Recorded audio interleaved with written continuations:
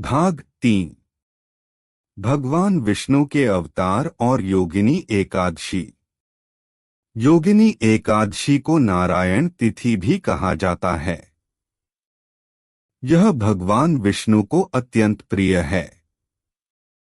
जब जब पृथ्वी पर पाप और अधर्म बढ़ता है, तब तब विष्णु जी ने विभिन्न रूपों में अवतार लेकर धर्म की रक्षा की।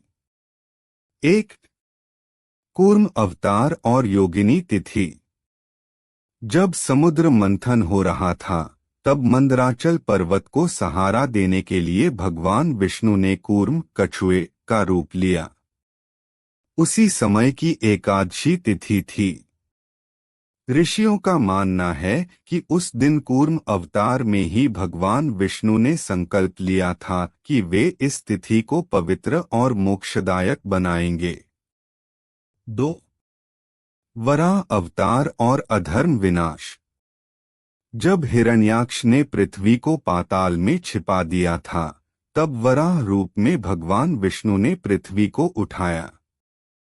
वह तिथि भी एकादशी की थी। यह तिथि धरती के पुनः उद्धार से भी जुड़ी हुई मानी जाती है। 3.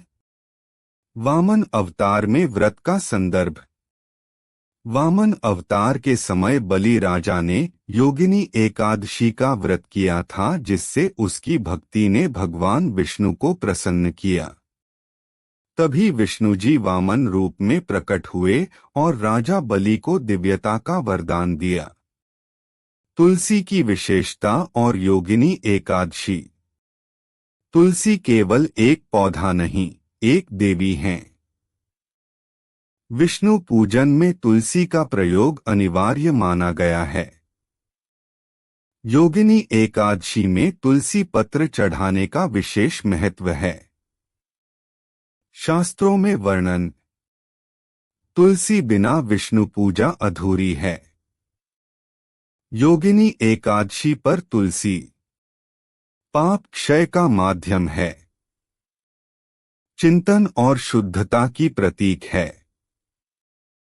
गृह कलह और मानसिक तनाव को दूर करती है। तुलसी पूजन की विधि। एकादशी के दिन तुलसी पर जल चढ़ाएं।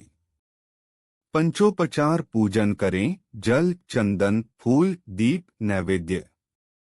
तुलसी के नीचे दीपक जलाकर तुलस्य नमः का जप करें। महर्षियों द्वारा व्रत की व्याख्या। 1. महर्षि व्यास जी।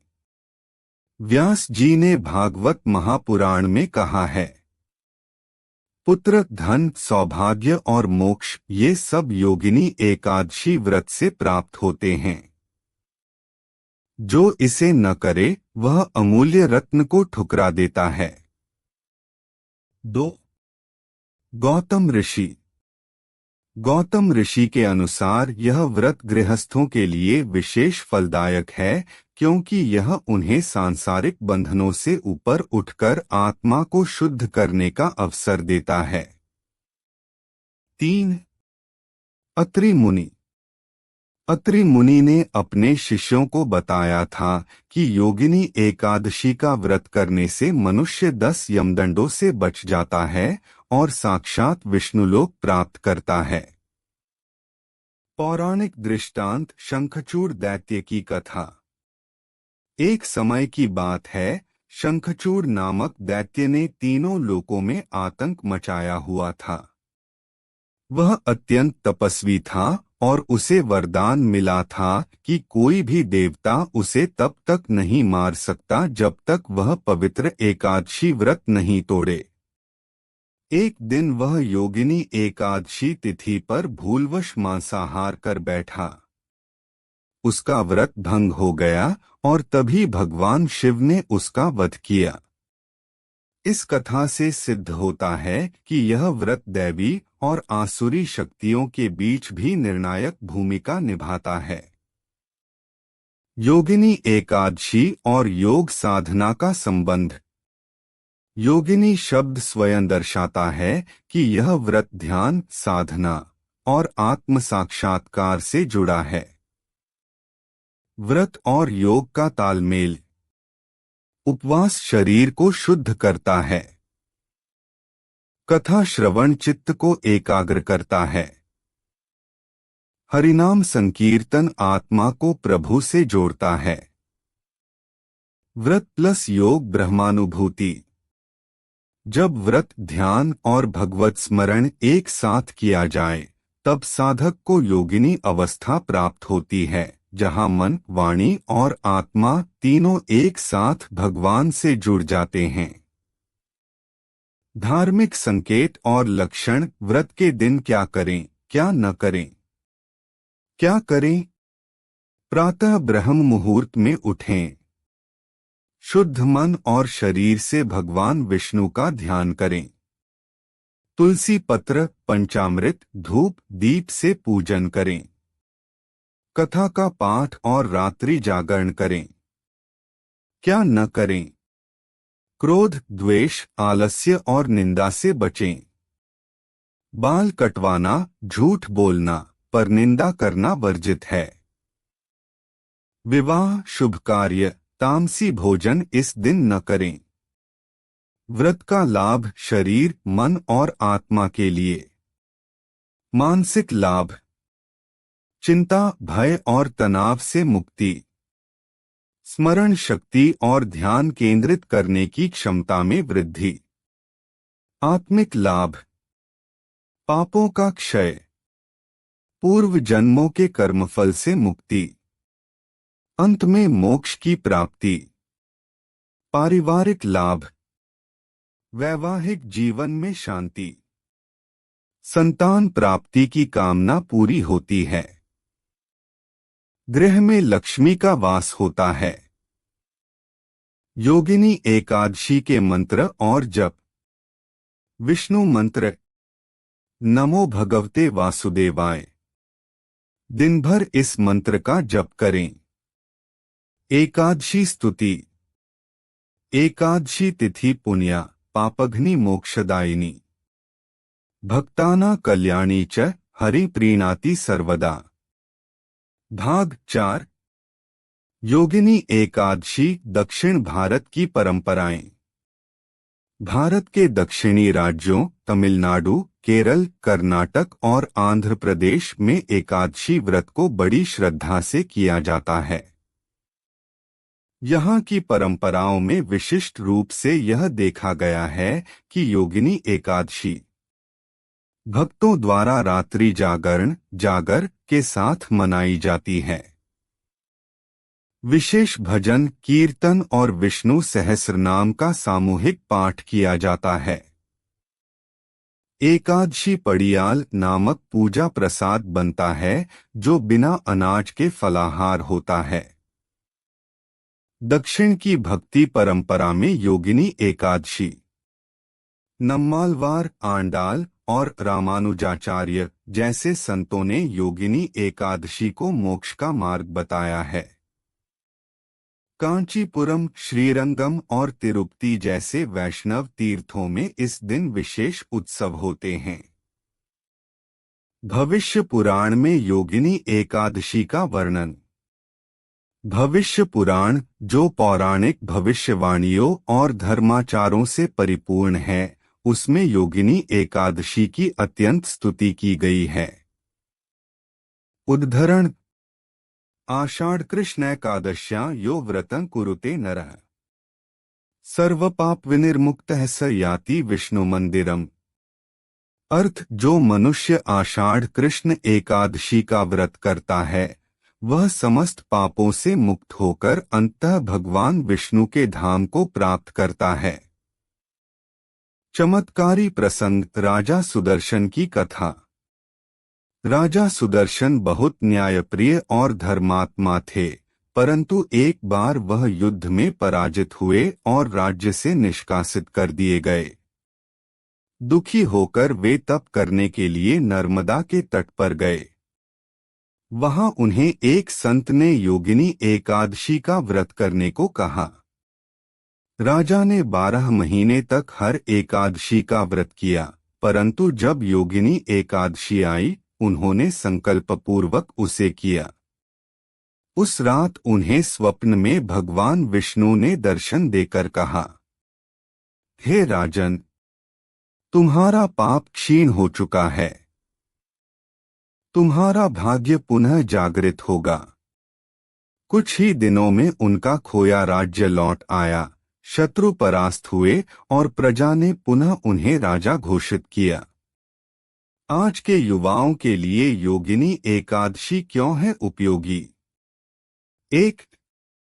मानसिक संतुलन के लिए। आज की पीढ़ी तनाव, असंतोष और अवसाद से जूझ रही है। योगिनी एकादशी व्रत मानसिक एकाग्रता बढ़ाता है, ध्यान और आत्मविश्लेषण के माध्यम से युवाओं को उद्देश्यपूर्ण जीवन देता है। 2. डिजिटल डिटॉक्स का माध्यम। आज हर कोई मोबाइल और सोशल मीडिया में व्यस्त है। इस व्रत के दिन भर ध्यान, भजन और कथा में मन लगाकर डिजिटल ब्रेक मिलता है। यह आत्मा को फिर से जीवंत करता है। 3. आत्मनिर्माण और अनुशासन। एकादशी व्रत से युवा अनुशासित जीवन शैली अपनाते हैं, समय की कीमत समझते हैं, संयम और संयोजन के गुणों को आत्मसात करते हैं। योगिनी एकादशी व्रत की पारिवारिक परंपरा। कई घरों में यह व्रत पूरे परिवार द्वारा सामूहिक रूप से किया जाता है। माता पिता बच्चों को यह व्रत करना सिखाते हैं, जिससे वह शुरू से ही धर्म के मार्ग पर अग्रसर होते हैं। घर में तुलसी पूजन, दीप आरती और भगवद गीता पाठ की परंपरा इस दिन विशेष रूप से होती है। गृहस्थों के लिए यह व्रत क्यों विशेष? गृहस्थ जीवन में समय, चिंता, दायित्व और कामनाओं का जाल होता है। योगिनी एकादशी व्रत मानसिक रूप से शुद्धि प्रदान करता है, पारिवारिक झगड़ों को समाप्त करता है, पति पत्नी के संबंधों में सौहार्द लाता है, आर्थिक संकटों से बाहर निकलने का मार्ग देता है। व्रत से जुड़े कुछ विशेष नियम। पालन करने योग्य बातें। 1. व्रत से एक दिन पूर्व सात्विक भोजन करें। 2. ब्रह्मचर्य का पालन करें। 3. व्रत के दिन निंद्रा, क्रोध, परनिंदा, असत्य वाणी से दूर रहें। 4. दिन भर हरिनाम जप करें, नमो नारायणाय या श्री विष्णवे नमः। 5. रात्रि में दीपक जलाकर भगवन नाम संकीर्तन करें। व्रत के अंतिम चरण पारण विधि। द्वादशी को सूर्योदय के बाद ब्राह्मणों को भोजन कराना, दान देना, विशेषतः अन्न, वस्त्र और तुलसी का पौधा अति पुण्यकारी होता है। स्वयं भी फलाहार कर व्रत का पारण करें। चमत्कारी अनुभव श्रद्धालु बोलते हैं। वृंदावन की वृद्धा की गवाही। 80 वर्षीय मथुरा निवासी एक वृद्धा बताती हैं, मैंने 40 वर्ष पूर्व योगिनी एकादशी का व्रत प्रारंभ किया था। मेरे पति की मृत्यु हो चुकी थी, परिवार बिखर गया था, परंतु इस व्रत ने मुझे संबल दिया, बच्चों को संस्कार दिए और आज मेरा घर राम नाम से गूंजता है। विद्यार्थी का अनुभव। दिल्ली के एक छात्र ने परीक्षा से पहले व्रत रखा और नियमित हरिनाम जप किया। वह कहता है, मेरी एकाग्रता बढ़ गई। मुझे लगने लगा कि जैसे भगवान मेरे साथ खड़े हैं। मैंने उस वर्ष टॉप किया। भाग 5 योगिनी एकादशी दुर्लभ रहस्य। 1. अदृश्य पुण्य संचय। शास्त्रों में यह कहा गया है कि योगिनी एकादशी व्रत करने से ऐसा पुण्य संचित होता है जो केवल मृत्यु के समय ही प्रकट होता है। यह पुण्य अदृश्य रूप से आत्मा के साथ रहता है और अंत समय में आत्मा को यमदूतों से रक्षा देता है। 2. ब्रह्मलोक में स्थान।